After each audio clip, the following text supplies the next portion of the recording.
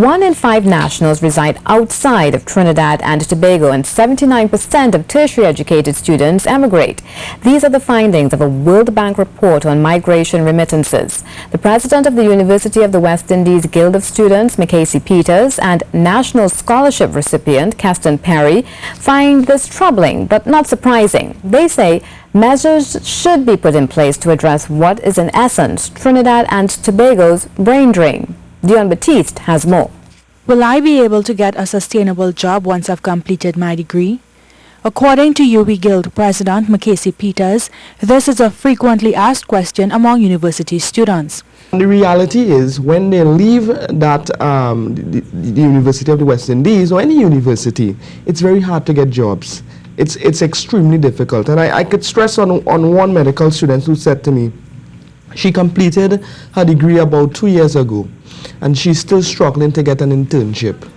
And as a result of that, she'll have to go to the States or Canada, which is, they are accepting her, but the problem is the government is not willing to fund or even give any contribution.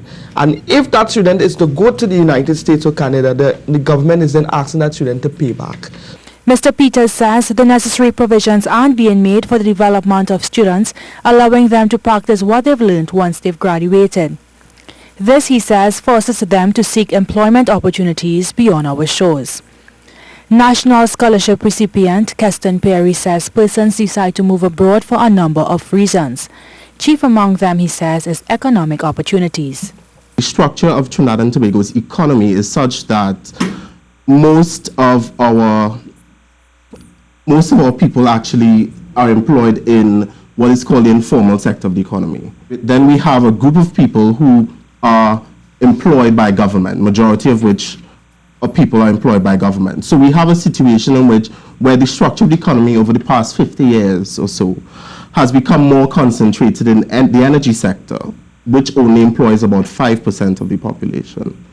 In response to government's claims that persons are not fulfilling their obligations under the GATE program, Mr. Perry said in many instances it's because Trinidad and Tobago just does not afford them the opportunity to do so.